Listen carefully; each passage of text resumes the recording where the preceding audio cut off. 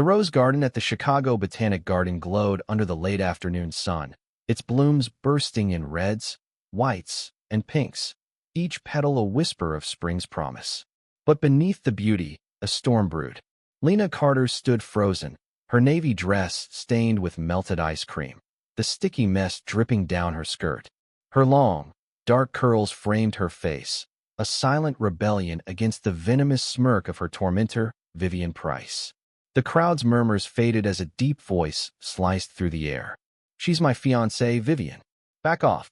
James Thornton's words were a thunderclap, his hazel eyes blazing as Vivian's smug grin faltered. In that heartbeat, a billionaire's love collided with raw prejudice, setting the stage for a story of grit, justice, and unbreakable spirit. Could Lena rise above the hate that shadowed her every step? Or would cruelty shatter her dreams? The glass tower of Marshall and Klein loomed over Chicago's financial district, its sleek lines reflecting the dawn's first light. Lena Carter, 34, stepped off the elevator, her tailored blazer sharp against the polished conformity of the trading floor. Her deep brown eyes scanned the room with a predator's clarity, earning her the nickname Seer of the Street for stock picks that saved clients millions. Her latest call, a bold bet on a green energy startup, had doubled a hedge fund's portfolio overnight. Yet, as she strode to her desk, the air crackled with hostility, a venom clinging to her dark skin like morning mist. Vivian Price leaned against a glass partition, her blonde hair in a tight bun, her ice-blue eyes glinting with malice.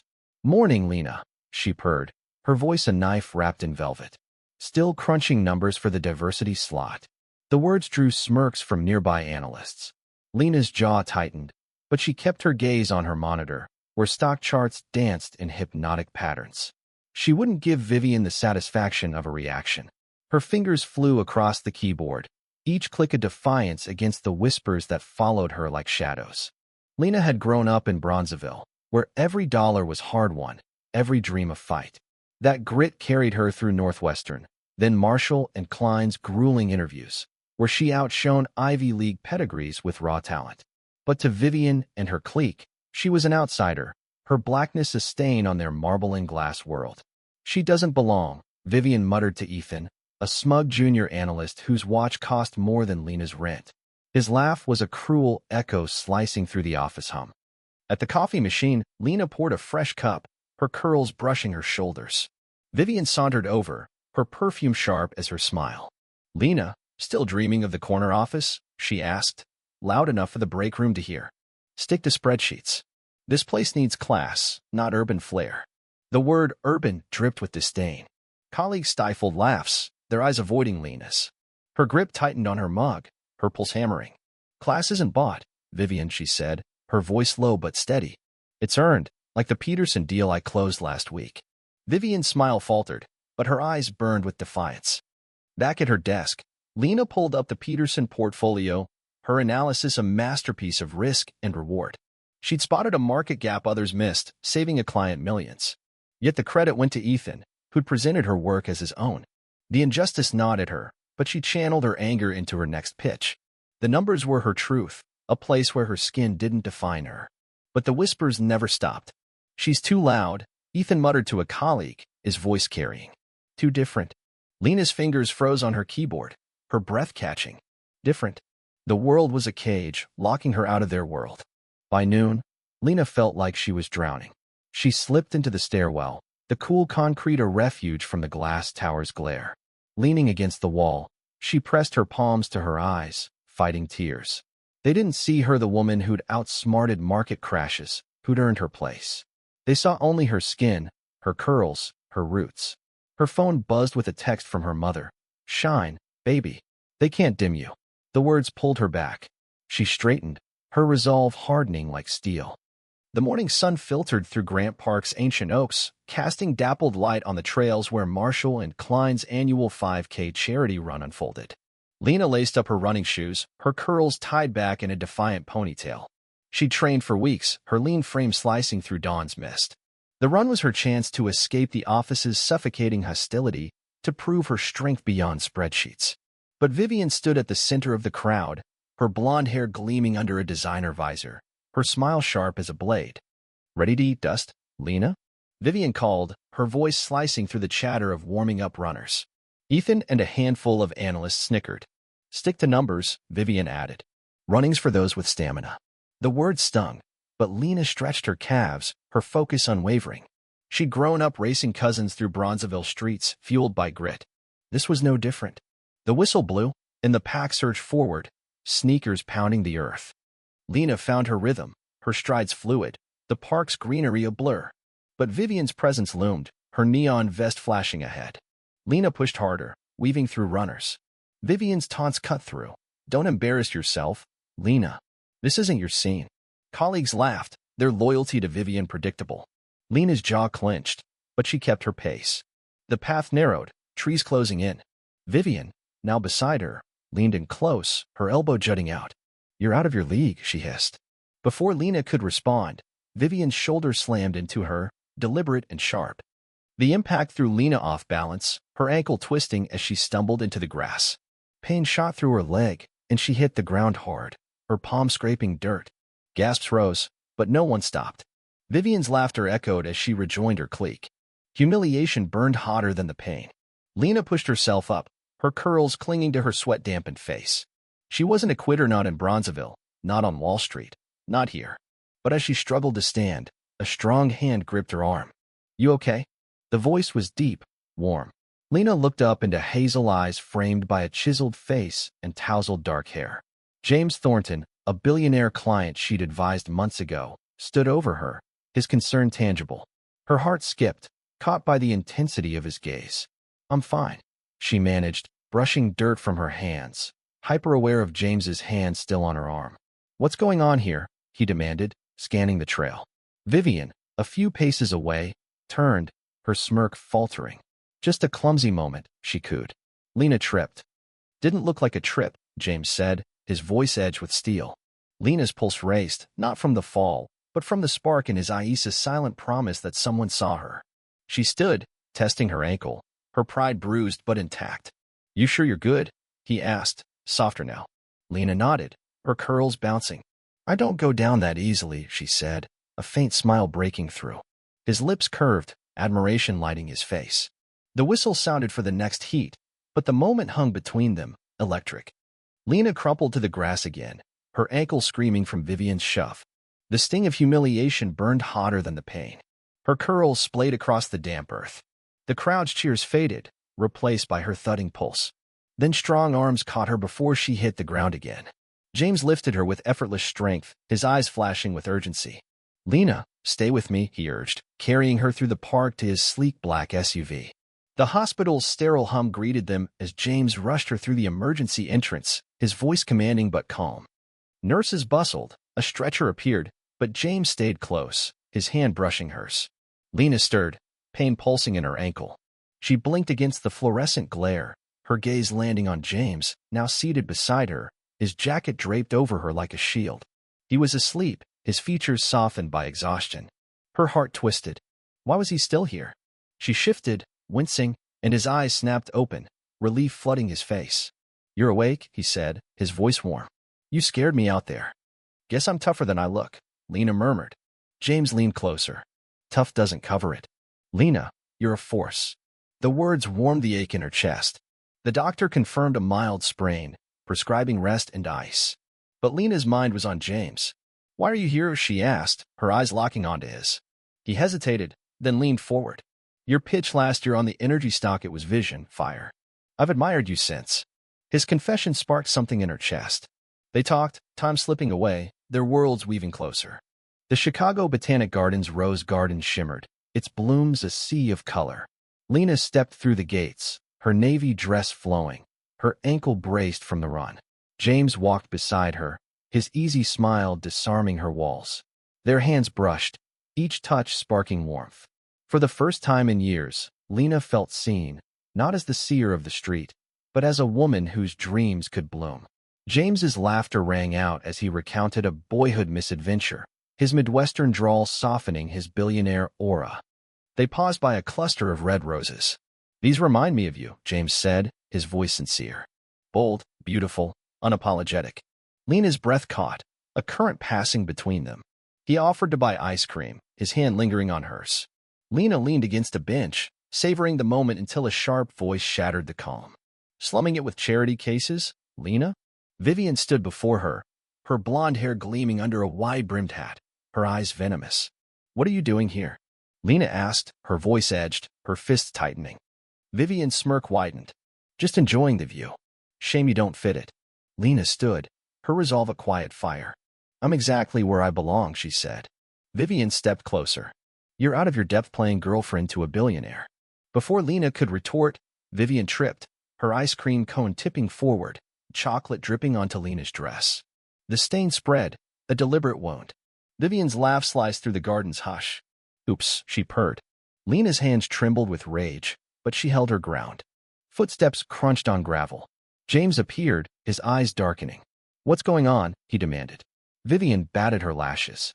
Just an accident, James. Lena's so clumsy. But his gaze locked onto Lena, seeing the hurt. She's my fiancée, Vivian. Back off. The words silenced Vivian's smirk, her face crumpling. Lena's heart soared. James's defense a fortress. He led her to a boutique, insisting on replacing the dress. Under the shop's warm lights, he held up an emerald gown. This one's you, he said. Lena changed, the dress hugging her curves, her curls a crown. At a candlelit restaurant, they sat, the stain forgotten.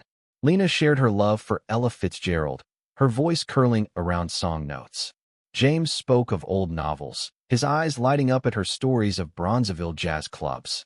As dessert arrived, a shooting star streaked across the sky. Make a wish, James whispered. Lena closed her eyes, her heart whispering for love, strength.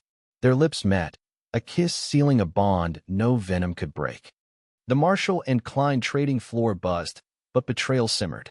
Lena strode through, her blazer a shield. Her eyes scanned her desk, where a critical client report awaited a pitch to cement her as lead analyst. But the numbers glared back, wrong. Profit projections skewed, risk assessments botched. Her pulse quickened. This was no mistake. You're slipping, Lena, Vivian purred, sauntering by. Clients expect better. Lena's eyes locked onto Vivian's. I didn't touch this, she said, steel beneath silk. You did. Vivian's smile was venomous. Don't blame me for your failures. The office buzzed, but Lena felt the walls closing in. She stormed to Vivian's desk. I know you doctored this report. Undo it, or I'll prove it. Vivian leaned back, unfazed. Prove what? That you're out of your depth. A Slack notification pinged an anonymous message with Vivian's fingerprints. Lena's gold digger act with Thornton won't save her sloppy work. The words seared, painting Lena as incompetent. She marched to HR, audit logs in hand. Vivian tampered with my work, she said, her voice fierce. The HR manager glanced at the logs. No hard proof, he said, waving her off. The dismissal stung, a reminder of the firm's unwritten rule. Her blackness was a hurdle. Her phone buzzed with a text from James. Dinner tonight. You're stronger than their noise. His words were a lifeline, but another blow landed. Her folder of research was gone. Ethan smirked as he passed. Missing something? Stressful week, right? Lena's fists clenched. Give them back, she growled. He shrugged, daring her to crack. The break room buzzed with gossip, Vivian's voice carrying. Her little romance with Thornton won't fix her mistakes. Lena slipped into the stairwell, fighting tears. They weren't just mocking her, they were dismantling her. Then her phone buzzed again. A message from an intern. Sarah, check Slack. I leaked their messages. Lena's heart raced as she opened the app. Vivian's words glared. Her kind doesn't belong in high finance. Ethan echoed. Diversity hires a liability. The posts went viral within the firm, shared by Sarah to expose their cruelty. The office fell silent, colleagues' eyes darting. Vivian's face paled, her coffee cup trembling. Ethan's smirk vanished. Clients flooded the CEO's inbox, demanding accountability. The CEO, Mr. Grayson, stormed into the conference room. Staff meeting now, he barked. Grayson held up his tablet, the leaked messages glowing. Her kind doesn't belong, he read, his voice cutting. Gasps rippled. Vivian shrank, her eyes wide with panic. Ethan fidgeted, his bravado gone. You're both fired, Grayson snapped. Vivian's voice cracked. It was a joke, sir. Grayson cut her off. You've cost us clients. You're done. Lena stood, her heart pounding. Justice was bittersweet. She caught Vivian's eye. You tried to break me, Lena said, her voice resonant. But I'm still here. Vivian's lip quivered, her apology ignored. Ethan slunk out, his career in ruins. That evening, Lena met James at a diner, the neon glow softening the day's edges. His eyes searched hers as he slid into the booth. "I heard what happened," he said. "I called Grayson, told him to clean house or lose my investments." Lena's breath caught. "You didn't have to," she said, leaning closer. "But I'm glad you did." His smile was soft. "I hid my wealth to keep us real, Lena. I love you, not your title." She studied him, the firm's betrayal easing under his gaze. "They thought they could erase me," she said. "But I'm not going anywhere." James squeezed her hand. "You're unstoppable." Grant Park shimmered under a velvet sky, its trees framing a clearing where Lena stood, her white gown glowing. Roses woven into arches burst with color, their petals trembling. Tonight was her wedding to James, the man who saw her soul. Her curls fell free, a cascade of defiance. The firm's venom, Vivian's lies, stolen notes, racial slurs still echoed, but love would drown them out. The clearing buzzed with 40 guests under fairy lights. Lena's mother adjusted her veil. "They can't touch you, baby," she whispered. Lena squeezed her hand, her heart steadying. A jazz playlist curled through the air, Ella Fitzgerald's voice weaving promises. Lena reached the wooden arch where James stood, his suit regal, his eyes locking onto hers. "Lena," he began, his voice fierce. "You're my home, my fire. I choose you always." Her throat tightened. "James, you saw me very scar, every dream. I'm yours forever." Their kiss sparked applause, but a sharp whisper cut through. "Charity case wedding," Vivian hissed, invited out of courtesy. Lena's smile froze. Vivian stood beside Ethan, her smirk a violation. James's hand found Lena's. "Ignore her," he murmured. The reception unfolded under the stars, tables draped in linen, a homemade cake glowing. Vivian's shadow loomed. At the toast, Ethan raised a glass, his grin too wide. "To Lena and James, proof love doesn't need flash." Snickers rippled from Vivian's corner. Lena slipped to the clearing's edge, James joining her, his arms circling her waist. "They're relentless," she admitted, her voice cracking. "It's not just the wedding gets me, my skin." He cupped her face. "You're Lena Carter. You fought harder battles than their games." He pulled a folded paper from his pocket, his handwritten vow. "Read this when they get loud. It's us against the noise." The night waned, Vivian's parting glance sharp, but Lena met it with a nod, her curls a crown. "We did it," James said, triumphant. "Our day, our way." Lena smiled, but Vivian's presence lingered like a bruise. "They'll never stop," she said. James's jaw tightened. "Let them try." They left hand in hand, Lena holding his vow, her spirit unbroken. The Bronzeville financial hub glowed under golden lights, its brick facade a beacon of hope. Lena stood backstage, her emerald gown shimmering, her curls loose and proud. The gala celebrated the hub's expansion, a dream forged from her battles. Rose centerpieces adorned tables, a nod to her wedding night. The room buzzed with community leaders, donors, and youth. Lena clutched her speech, honed by months of pain, Vivian's lies, stolen notes, slurs. But she was unbreakable, forged in Bronzeville's grit. James appeared, his suit accentuating his shoulders, his eyes glinting with pride. "Ready to change the world?" he asked, adjusting her necklace. His hedge fund had donated millions, funding scholarships. "Born ready," Lena replied, her smile cutting through nerves. The spotlight beckoned. "Good evening," she began, her voice clear. "I'm Lena Carter, a black woman told I didn't belong. They mocked my roots, my skin, my dreams. They stole my work, thought they'd silence me. But I'm here because of love for my husband, my community, myself. This hub is my fight, teaching our youth to claim wealth, to shine."